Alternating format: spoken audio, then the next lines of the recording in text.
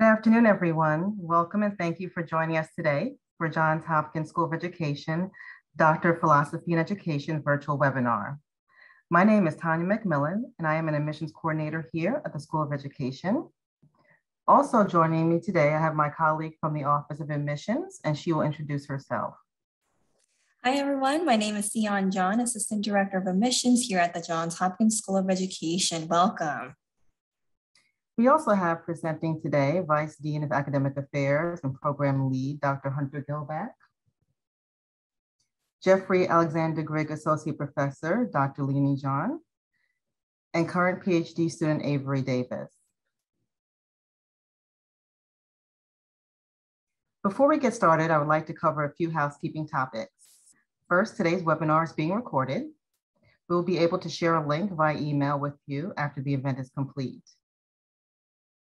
Also, please take a quick moment to ensure that your microphone is on mute right now and having your video camera on, during today's webinar as well. However, please have your microphone on mute during the presentation. And it is optional to have your video camera on if you prefer. Just wanted to go back and say that. Additionally, we'll have a Q&A session at the end of the presentation. Please type your questions in the chat box and we will read and answer your questions.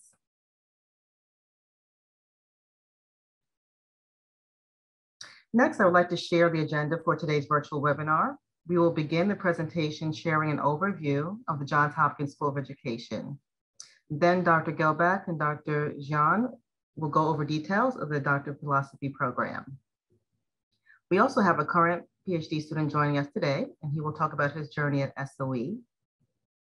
Lastly, we will cover admissions requirements and leave the floor open for questions at the end. I will start with some quick facts about the Johns Hopkins School of Education.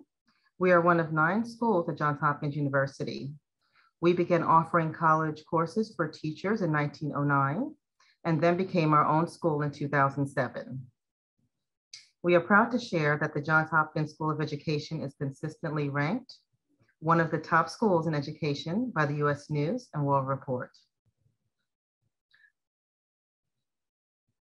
For school enrollment, we have approximately 2,367 students and offer more than 27 graduate programs, which includes doctoral, master's, and graduate certificate programs. We also have a strong network of over 22,000 SOE alums. Moving on to our faculty presenters, Dr. Hunter Gilbach is the Program Lead and Vice Dean of Academic Affairs at the Johns Hopkins School of Education. He joined SOE in 2019 and received his PhD at Stanford University. His research focuses on improving the social and motivational context of schools. Additionally, he received the Spencer Foundation Mid-Career Award in 2016. Also presenting today, we have Jeffrey Alexander Grigg Associate Professor, Dr. Leonie John. Dr. John is an Associate Professor at the Johns Hopkins School of Education. She received her PhD at Ohio State University. Her research focuses on early childhood education, teacher well-being, family characteristics, and neighborhood disadvantages that impact children's development, and was the AERA SRCD Early Career Fellow in Early Childhood Education and Development in 2017.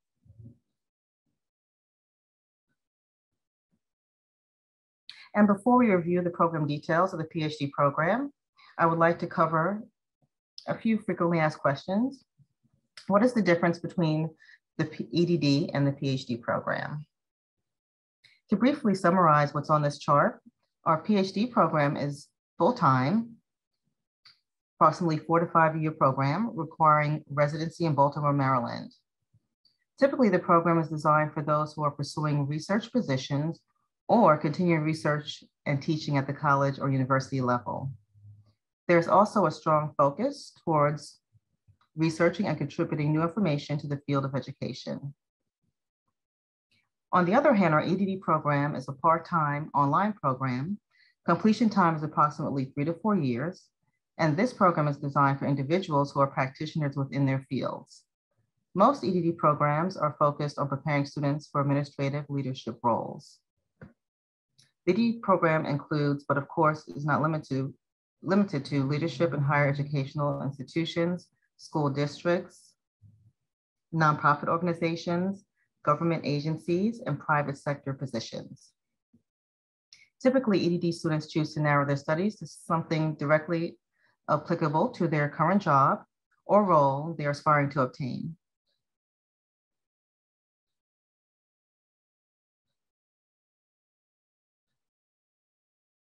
At this time, I will hand the floor over to Dr. Gilbeck and Dr. John to discuss the details of the PhD program. Great, thanks so much, Tanya. And gosh, thanks for taking the time. I know everyone's busy and really appreciate the opportunity to talk with everyone about the Hopkins School of Ed PhD program. Big picture, obviously a reasonable place to start. In terms of sort of program objectives and maybe starting at the end a little bit, you know, what might you do when you get done with this program? I think it's probably fair to say that a lot of the training is sort of designed toward, you know, sort of filling faculty roles. And within that sort of broad goal, you know, there are lots of other things that you end up very, very well trained to do. And we do have students who end up kind of going into these roles as well. And that would include things like research scientist positions, research institutes. We get some people who are kind of like the head researcher at a nonprofit. That'll happen from time to time. So often sort of within academia, these sort of center-based kinds of positions. But then also, you know, SRI, AIR, WestEd, Mathematica, those kinds of places that do lots of research. You'd be kind of really well trained for those types of positions as well. And I would say, and Leonie, you should hop in and correct me if I'm wrong, but you know, I think the past handful of years, the bulk of our graduates, sort of the modal graduate, has headed off into a postdoc. And so that kind of leaves both pathways open in a lot of ways. All right, so that's sort of the formal, like, what have people done upon graduation? I think maybe even more useful, though, is for me to just say a couple things about, you know, sort of how we think about the training. And I think that I would sort of encapsulate more as sort of, you know, as you're sort of out there doing research, getting trained on sort of different approaches, different ways to think about, you know, how do we examine these problems, is that we really put a fair bit of stress on, you know, the stuff you're studying needs to at the same time be theoretically interesting and have real world impact. And I think as you're sort of shopping around and looking at different programs, you'll find that there are a bunch of people that are, or at least a number of programs that are pretty happy to have you do research for research's sake. And so if there's knowledge that is built, that's great. That's the only bar or only hurdle you need to cross. And then others who say, as long as you're having real world impact, that's great. And, you know, to the extent possible, we really kind of nudge you toward trying to do both of those things at the same time. And part of the reason I bring this up here is because being able to sort of fit that, like, yes, theoretically interesting and real world applicable, in a lot of ways, I think provides you the best training to make any and all of these types of positions possible. So with that, let's maybe shift on to the next slide. And sort of, you know, one step removed from what are you going to do on the back end is, you know, how should we think about the type of training you're going to get, the disciplinary knowledge you're going to get. And I think it's fair to sort of think about three pieces. So a number of our students come in with kind of some background in like learning sciences or educational psychology, and that's sort of the discipline they're interested in pursuing. Another set of students come in maybe a little more oriented around sort of sociology of education, and that's sort of their core background. And then a third group of students kind of come in with neither the sort of discipline of sort of ed psych or sociology of education, but with some, either strong real world experience in the sort of educational policy and practice domain, or some actual research experience in that domain. And so whichever of those three things or the intersection of them is sort of your thing, the program works pretty well. And it's not to say if you're not doing any of those three things that it's not a fit. But I think disproportionately, we do kind of end up being a better fit for people who, see themselves as being interested in marrying at least two of those three buckets. So hopefully that makes sense. Maybe even more important, you can probably articulate your research interests in a way that, might speak to those three buckets, might not.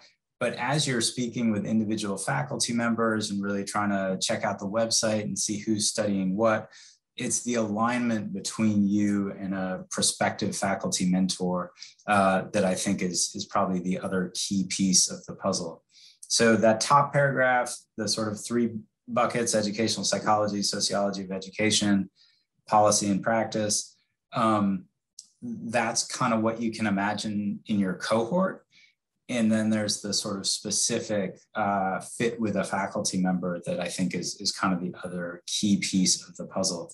And with that, let me hand it over to Leonie, who can talk to us a little bit about, some more details of the program and some of the program features. Thank you, Hunter, for the great introduction of the program. Okay, so next, so thank you.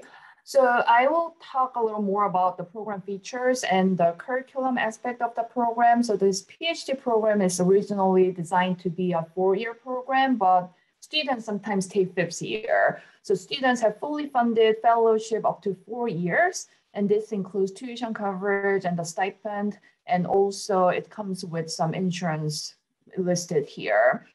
For the 5th year, students typically work with their advisor or research centers to secure 5th year funding. And as part of the training, students will be required to complete 2 teaching assistantships, which is actually very helpful for students to learn some teaching skills and to be prepared for job market. Next slide, please. Thank you. We require a minimum of 72 credits of doctoral level coursework, and for the part of admissions process, master's degree is required, and 12 credits of prior master's level graduate coursework can be transferred towards the 72 credit requirement when you enter the program. Our curriculum has 2 big parts. One part is related to coursework listed here, and the other part is really related to students' individual research towards their dissertation. So for the coursework listed here, students are required to take a minimum of 18 credit hours toward research methods and statistics courses, and 15 core seminar credit hours, and a minimum of 21 credit hours on electives and other faculty-directed readings or dissertation research. The methods and statistics courses we offer actually include a sequence of basic statistics, research landscape and data workflow, and a range of advanced methods and statistics. This includes like hierarchical linear modeling, which is very frequently used in education field, structural equation modeling, and some causal analysis courses. Also, the core seminars include some interdisciplinary courses, and Hunter already mentioned, but it includes like learning sciences, education psychology-ish course, and some of course, courses emphasizing sociology of education and social cultural perspectives and educational policy. Next slide, please. So students are supposed to complete the comprehensive exam before the beginning of year 3. So our rising 3rd-year students completed during this summer, and dissertation proposal defense is mostly completed during year 3 towards the end of spring semester or summer. And doctoral dissertation and oral defense are mostly completed by the end of year 4 or 5, depending on how many years students take for the doctoral study. So now I will hand this over to Hunter Eubank. I think, Hunter, you're muted. Yeah, thanks so much, Leonie. So a couple things. So great questions that are coming in the chat, and I think we'll try to sort of take the bulk of them towards the end, because a couple are sort of on this same topic. We sort of started with the end, then Leonie kind of walked us through the course, and now we're up to past dissertation studies, so we're kind of at the end once again. Someone was asking sort of about prior research skills and experience and skill sets for candidates, and particularly those people kind of coming from more sort of practitioner-oriented backgrounds. Great question. I think, I could give a very long answer, but I think the good short answer I can give is we are thinking in the admissions process really about your potential as a researcher. And so obviously people coming from sort of strong practitioner backgrounds have a huge advantage in being able to ask like really thoughtful, rich, detail-oriented, real-world applicable kinds of questions. And so maybe the big question would be, and so what are the research skills look like, at least on paper? So I think in some ways, just thinking about like, gosh, what's this applicant's potential as a researcher is maybe the shorthand I would recommend on that front. And then someone else asked, like connecting with professors prior to the application, how should we do that? How do we even know if they're taking PhD students? Feel free to reach out. Like that is part of what we're here for. That's part of the, this is we'll talk about fit in a minute or two, but this is really a two-way street. Like, are you a good fit for our program? And then is the program a good fit for you? And so reaching out directly to faculty members and, swapping a couple of emails or getting a Zoom call set up with them is often kind of one of the best and easiest, most straightforward ways to figure out if there is a fit there.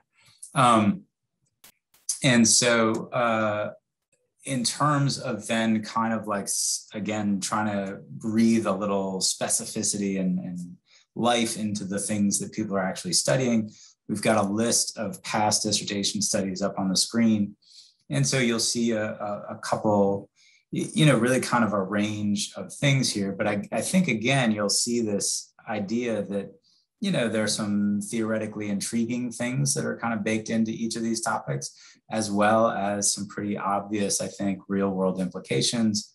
So, things like social networks of pregnant teenagers. And so if we learn a little bit more about what makes those better, maybe we try and reproduce those kinds of networks, or at least give students opportunities to build those kinds of networks in their schools, that kind of thing.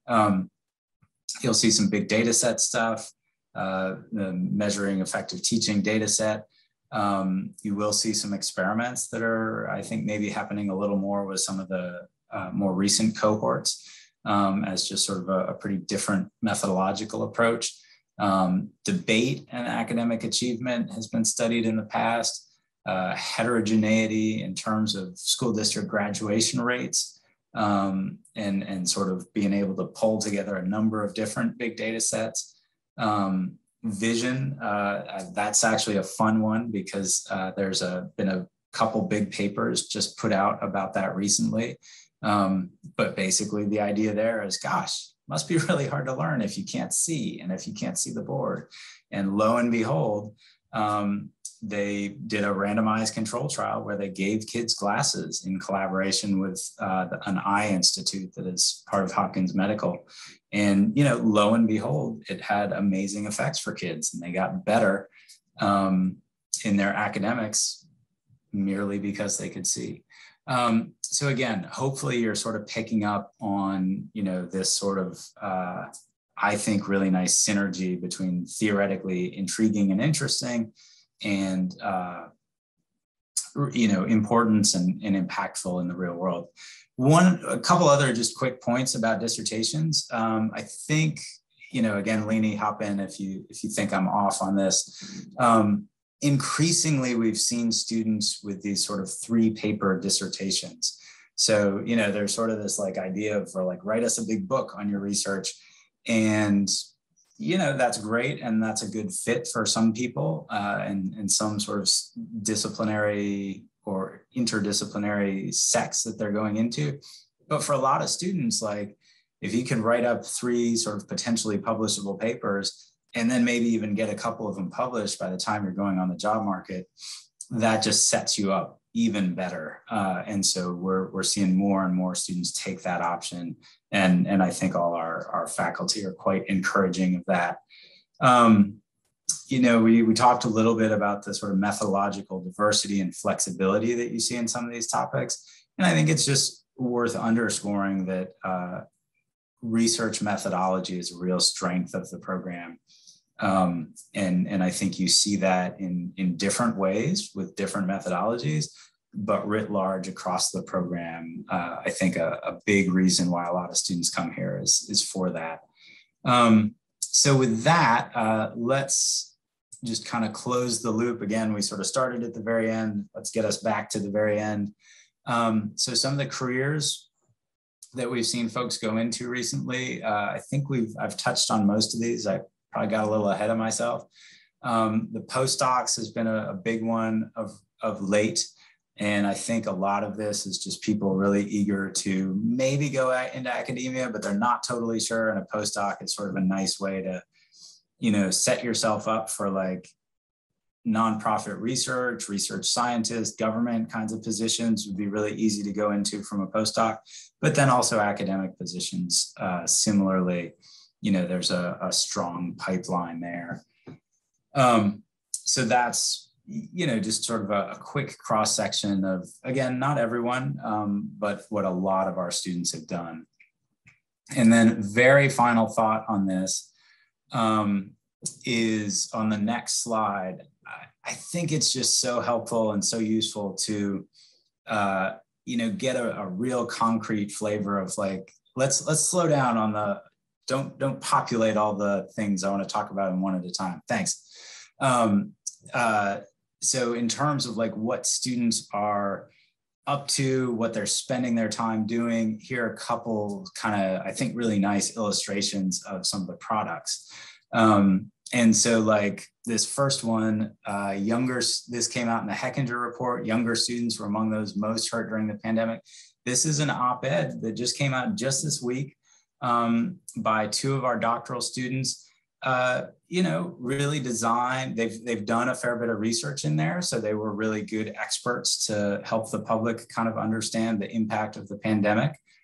And you can see the headline right there. It turns out that this is much, much tougher for sort of the younger elementary student crowd than for, folks like my daughter who's just started high school this year. All right, and so the next one we see, thank you. This is a recent graduate, and you can, if the screen's not too small, which you'll see a very, very prestigious second author there, who's also present in this conversation. So Natalie just graduated this past year, and a couple things that I think are useful to point out here. Number one is like, who's the first author? Well, in this case, the student did more of the work. It was more of her sort of like intellectual footprint. And so the student got to be the first author. And, that's, I think, what one would hope, but like that doesn't happen everywhere. And so I think it's worth pointing out that that's the case.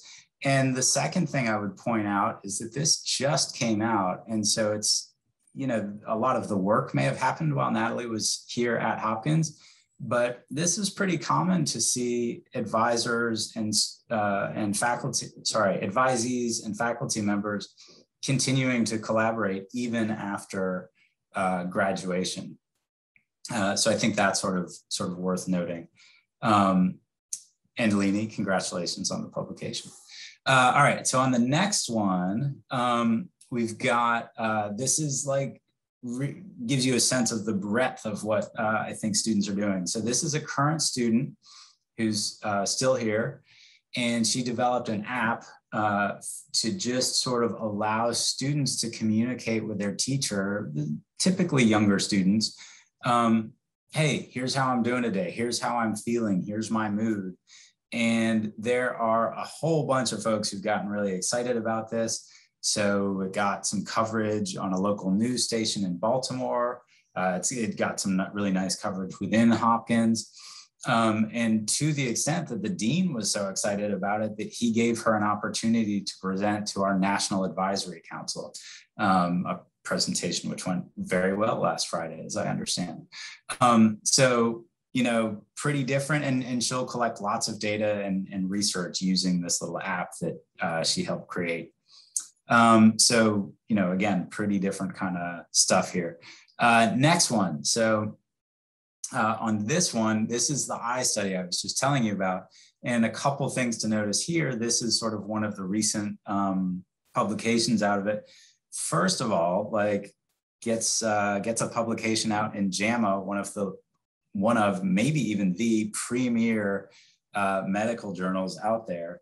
And so that's kind of cool. Second is, if you can, again, read the super small font, you'll notice she's collaborating with a lot of folks over at the School of Public Health, a lot of medical doctors, so a lot of folks over at the School of Medicine. And this is the kind of interdisciplinary work that I think happens a ton at Hopkins, and that our program really sets students up well for. All right, I should probably pick up the pace here.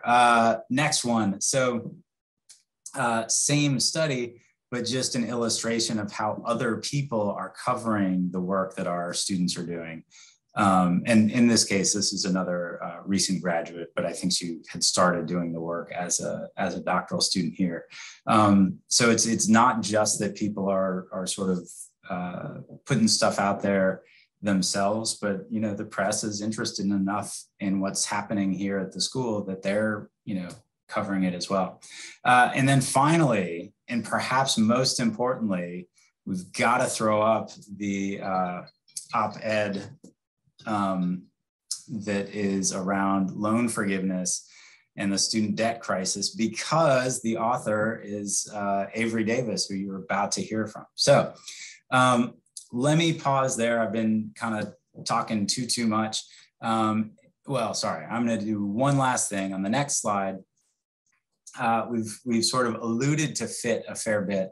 And so I want to just take a minute to, this is sort of Leonie and I's back and forth about what we think are sort of the, you know, gosh, this really does seem, the program fits a lot of people, but it seems like an exceptionally good fit for you if. And so my top 3 answers to that question are, number 1, if you're looking for this apprenticeship experience. So there's a strong cohort experience, but there really is an emphasis on this mentorship that you have with your advisor in a lot of cases, or team of advisors in also a lot of cases.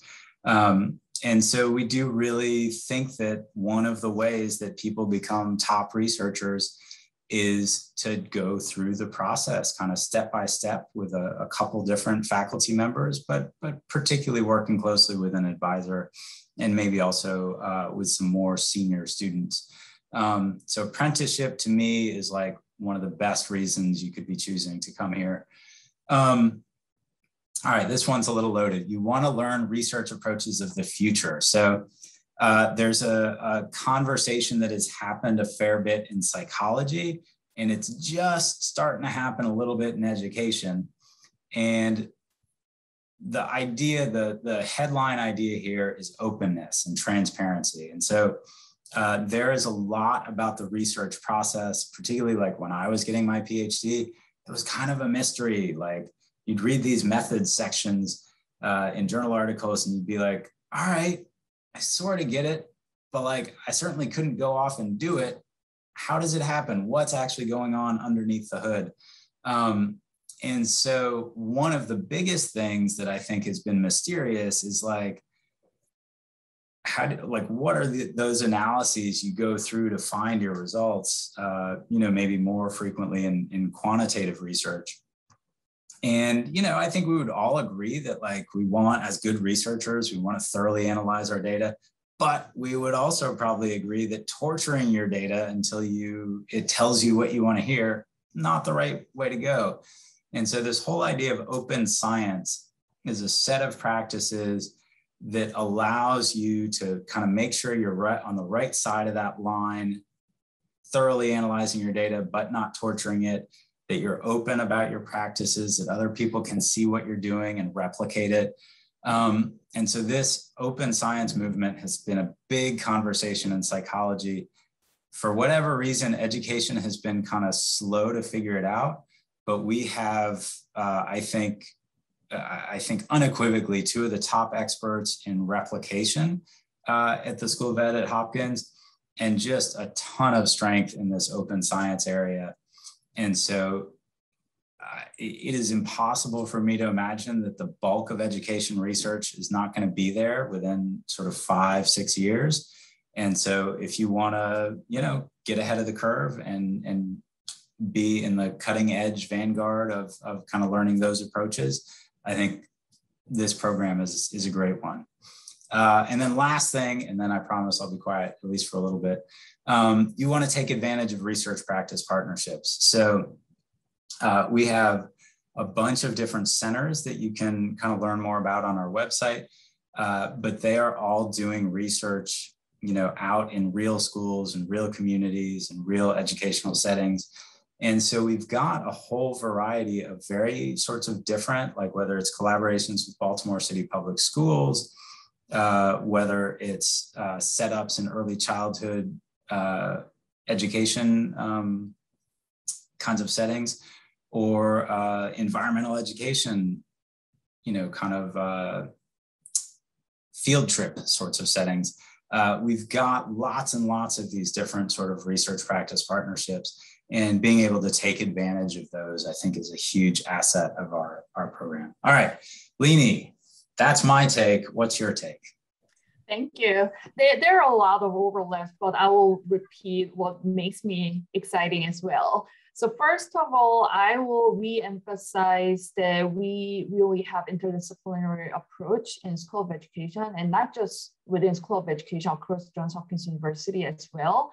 So if you're looking for an interdisciplinary approach in education, I think this is a good fit. So first, I would say that our core coursework provides perspectives from learning sciences, educational psychology, sociology, of course, education policy, and multicultural perspectives. And SOE has a group of faculty who has a very wide range of research agenda. So Hunter already talked about different research topics that students are studying with different faculty members, but you can see how wide range of research agendas everybody has within SOE. So this is really great for students to develop perspective from multiple disciplines, and also interdisciplinary research is encouraged across the university. So there are a lot of opportunities for students to get involved in projects with faculty at other schools as well. So Hunter talked about eyeglasses project. You can see how education and medicine, public health work together. And for example, I can talk about my own research. I'm interested in teachers' well-being, but I was able to collaborate with faculty at School of Medicine. And of course, my students are involved so that I can try to understand teachers' physical health as well as their psychological well-being. So next thing I will reiterate is the rigorous methodology training. Hunter talked about open science, which is really cutting edge methodology in the field, but we also have a nice set of in-house rigorous methodology training. So this is particularly good for students to learn some discipline-specific examples and data sets so that it's easier for students to apply to their own work. So that's the beauty of having in-house methodology training. So, but we also have students taking courses from other department as well, so that they can get more diverse methodology trainings. And especially because we have a small group cohort, the method training becomes very interactive and personal. So I can say that we have very rigorous training for quantitative methodology. The last thing I will re-emphasize is that in our coursework, we talk a lot about how to bridge between research practice and policy. So policy is a big piece of our training. So everybody really thinks about how to apply research into different practice and policy areas. So if you're interested in making impact on education policy or practice by bridging in research, this is a good place. And we have a lot of faculty doing this type of work, connecting between research and practice or policy and taking the research practice partnership approach. So for example, we have a current student who is interested in early childhood education policy. There was a big push towards universal pre-K in Biden administration. So she wrote a policy brief in terms of how Head Start could be incorporated into this policy movement. So that's kind of example of what our students are doing to make some impact in policy area. All right, Hunter, I will turn this over to you again. Great. All right. So there's sort of, and that might be like a year or two old, but a little sense of folks who are largely still in the program. But on the next slide, more importantly, we have a real live student here to chat with us a little bit and give you the absolute straight scoop on what the PhD program is. So although I'm always like a little embarrassed because he is always so much better dressed than I am, it is my total pleasure to introduce Avery Davis, who's a second-year student with us now. Yeah, we'd love to just hear a little bit about your interests and get a sense of kind of what you're studying and why you're interested in it. And Avery, I will let you take it away from here. Thanks. No, thank you, Hunter. Good afternoon, all. It's a pleasure to be here. So as Hunter mentioned, I'm a second-year PhD student here, and my research interest agenda centers around students' entry and exit experiences with post-secondary financing. So I'm looking at everything from financial aid scholarships, merit aid and academic, as well as loans and other types of debt, and how that relates to students' performance while they're in colleges and universities. So using national data sets and large-scale samples for that.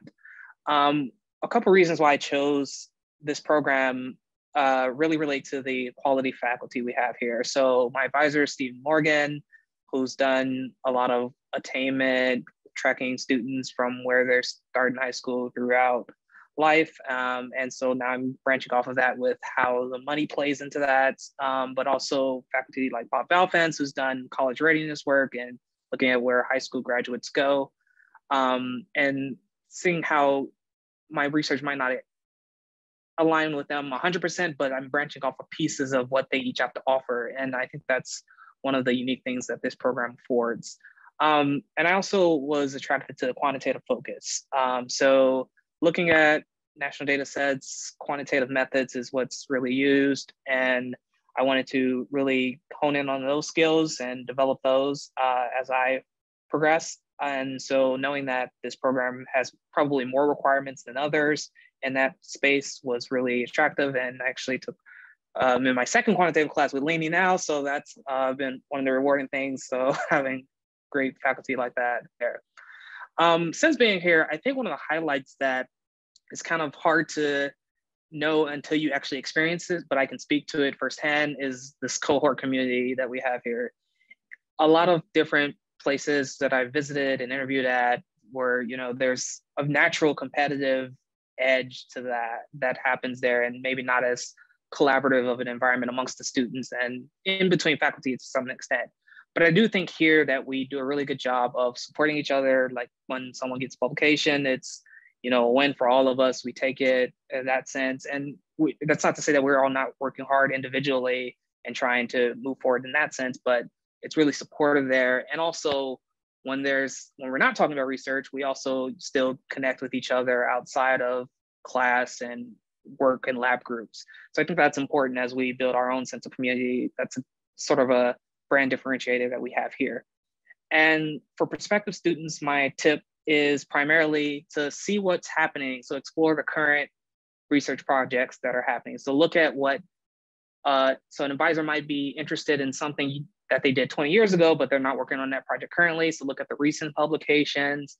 When you're reaching out, faculty love to talk about what they're doing. So I'm sure they would be happy to answer that. Look at the different research centers and labs and see what they're currently working on.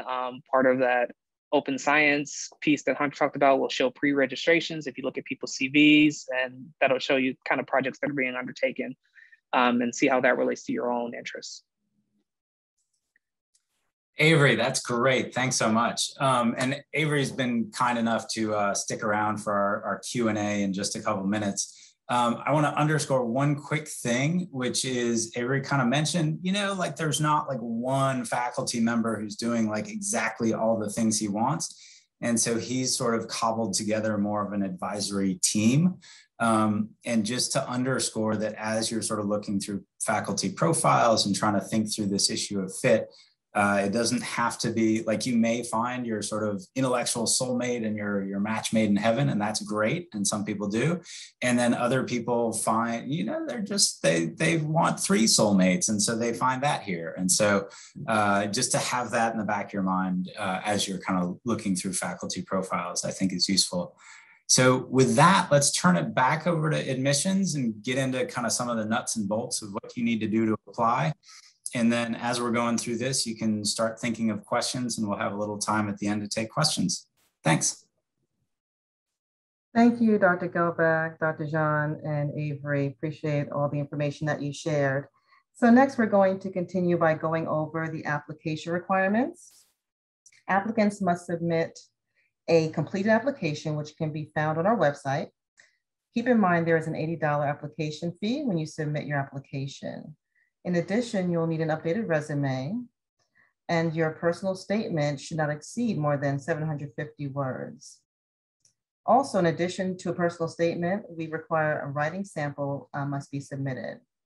And this would be a sample of your most professional writing that demonstrates your analytic and critical writing skills. You should also plan on submitting 3 letters of recommendation. These letters should include at least the following: 2 submitted by faculty members who are familiar with your previous academic work, and 1 by a supervisor or administrator who has been in a position to evaluate your professional development. Additionally, we need official GRE scores and all official transcripts. Please keep in mind, we need official transcripts from all institutions that you attended previously. Even if you did not earn a degree, we still require those transcripts. Lastly, an interview may be required with the program as well.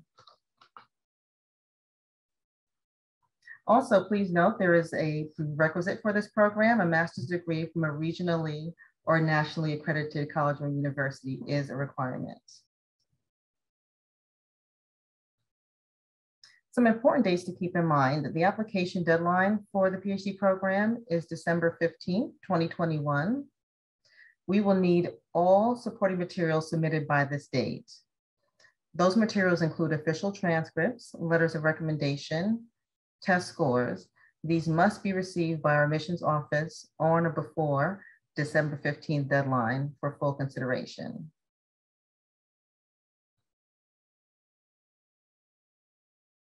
For our international students, there are a few additional steps you'll need to take in order to complete the application process if you are an international student.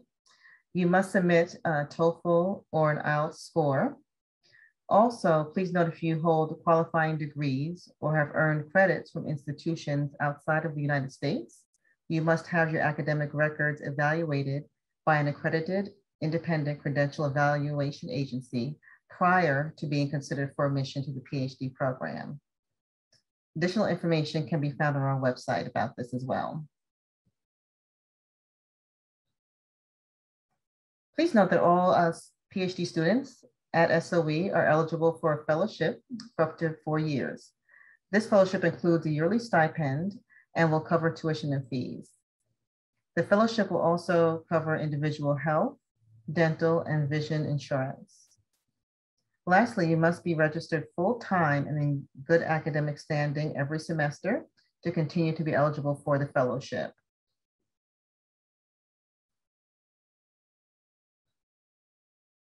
If you're interested in applying for financial aid, we strongly encourage you to apply when you start your application. The School of Education offers a limited number of partial need-based institutional scholarships each year as well. SOE's endowed scholarship awards range on average from $500 to $1,500 per semester and are applied to tuition expenses beginning in the fall semester. To see if you qualify for the Endowed Scholarship, please visit the Grants and Scholarship page on the school's website. You may also visit our website for additional information on financial aid as well.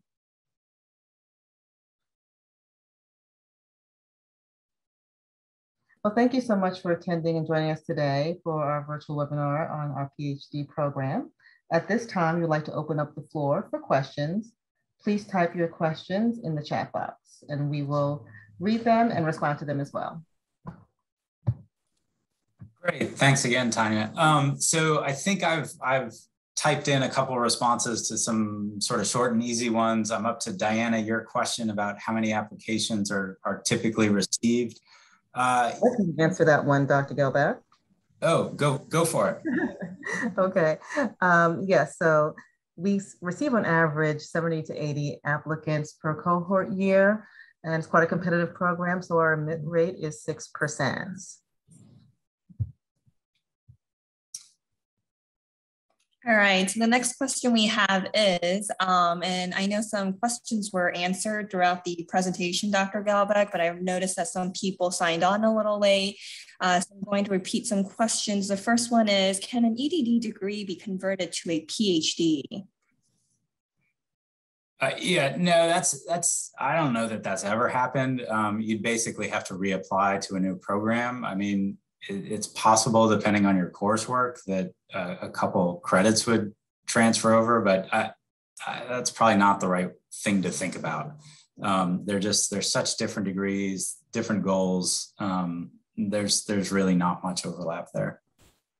Thank you. The next one we have is, what kind of prior research experience, research skill sets are you looking for in candidates, particularly for those who come from practical fields, like who has set foot in schoolwork as opposed to research work for years in the past? Yeah, so I talked about this one a little bit earlier. So I think the thing to sort of think through in terms of your application is really like, what is how are other people going to view my potential as a researcher? And so, you know, coming from a practical field, you should have easy access to insightful questions and be able to speak pretty articulately about real world consequences of the research questions you want to ask. But you definitely want to spend some time on your application demonstrating that promise as a researcher. And so, you know, depending a little on what master's degree you got before applying, that might be a way to kind of show off your research skills. If you've done conference presentations or have any publications, you certainly want to include those. Research for a professor, either in undergrad or graduate school, those kinds of things I think are going to be skill sets you really want to highlight.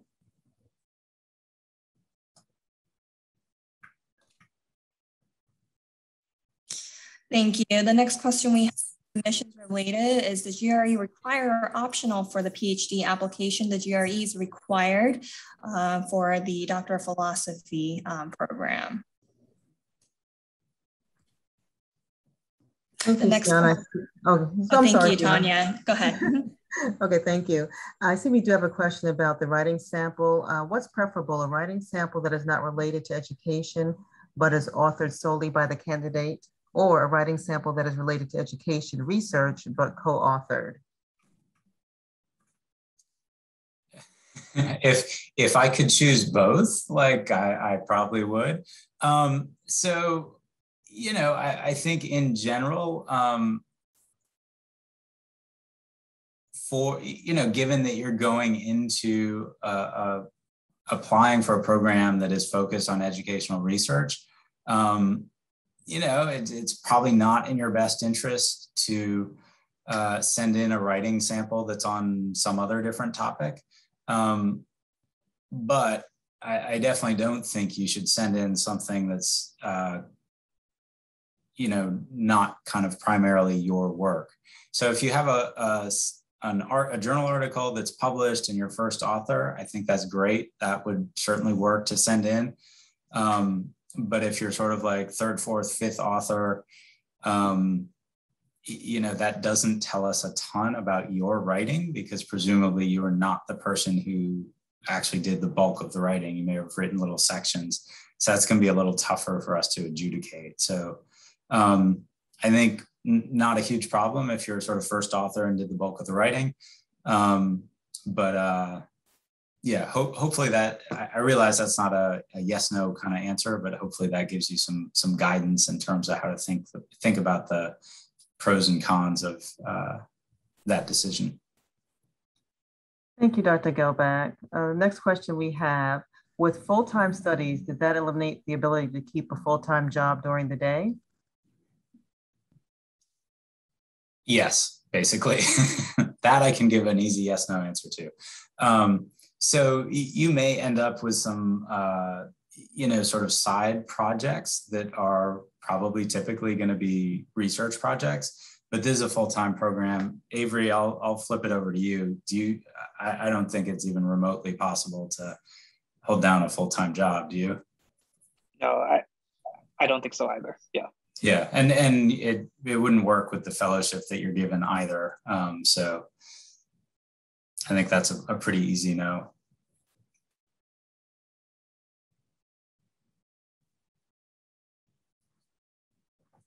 All right, so the next question we have from John is there a particular book or article that you would have wanted to read before your doctoral studies in education, or perhaps a book or article that you would want your students to be familiar with? Oh my gosh, what a great question. Avery, can we let you take first crack at that? You're kind of closest to at least the first part of that question.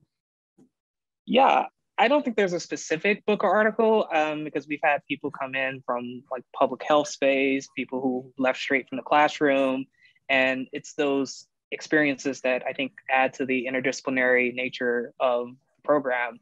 But my suggestion, you can never go wrong with looking at something that's in your research interest and just starting there to whatever the top journal is in that, and start there and peel off on the citations if you really want to get a jump on it there. But I don't think there's a necessary need to do that.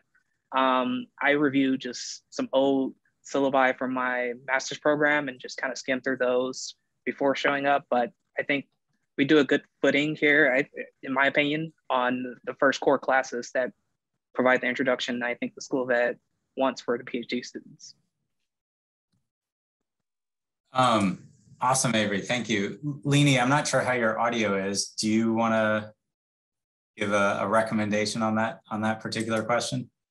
No, I think Avery actually described it very well. I'm not sure, as a person who is teaching one of core seminars, I'm not sure if I would recommend any book before entering the program, because we have a nice series of core seminars providing a lot of good reading lists. I would say reading some journal articles related to your research interest, that's really a good advice. Thank you, Dr. John. Next, I'm tossing in one quick recommendation. Just on the open science front. Avery's chuckling because he knows very well on this front. So this was like the big kind of mind-exploding, eye-opening moment for me when I was like, oh God, that's why all these results seem too good to be true in all these articles. It's kind of because they are. So anyway, if that's of interest, I'll throw that one out as a tip. Sorry to interrupt, Tanya. Please go ahead. No problem, Dr. Gelbach, thank you. Let's see, so the next question we have looks like from Noah. Are there any tips for someone such as myself who has a stronger background in educational theory, but is interested in pivoting to the strong quantitative methods that the SOE stands out in? Another great question. My sort of quick thought would be, the perfect thing that would be really helpful is if you could, hop into or even audit like a introductory statistics course. I think that would be really, really helpful. I realize that's probably impractical for a lot of people, but a number of spots offer little 2-day, 3-day kind of workshops sorts of things. Just to get you kind of up and running on, basic statistical kinds of stuff. If you happen to be at a different university right now, those options might be even more plentiful. But it's partly just to get a little head start, but it's partly to get a taste of it too, right? If you really haven't had a ton of quantitative methodology stuff in the past, if you try it out and decide you hate it, like that's a really good thing to know ahead of, you know, applying to a doctoral program that particularly advertises on strong quantitative methods. So that might be my tip. Leonie, I don't know if you have anything to add on that one. Yeah, just throwing out one thing here. I recently found this when I was training my lab undergrad and master students in terms of methodology. I actually found that there are a lot of great videos on YouTube talking about basic statistics as well. The disadvantage is that you have to find good videos. But usually if you see the videos having the high number of views, those have very good like summary of introduction of statistics, even going through like how to run different things, like conceptual piece. So during your free time, you might be interested in looking at watching those videos too. Great idea. Good, thanks. Thank you. Next question we have, can a student who's received all levels of education to master's degree in English language get a waiver for English language tests, a case from Southern Nigeria? So that's an admissions related question. The answer to that is no, you would have to actually take the TOEFL or IELTS exam because your institution is based in Nigeria, even though it's taught in English. You would still need to have that TOEFL or IELTS score sent in to us. The next question we have, as I'm from Brazil, my publications are in Portuguese. Is it okay to send it in the original and translated? Yeah, thanks, Camilla. Great question. Yes, that would be ideal. That sounds perfect. Okay, great. Thank you, Dr. Gilbeck. It looks like there are no more questions today. Thank you all again for your interest in Johns Hopkins School of Education. Thank you, Dr. Gilbeck, Dr. John, and Avery for joining us today. We do look forward to hearing from you all. Have a wonderful evening, everyone. Thank you, everyone. Thanks for coming. Really appreciate it. Do reach out if you have questions. Pleasure to talk to you.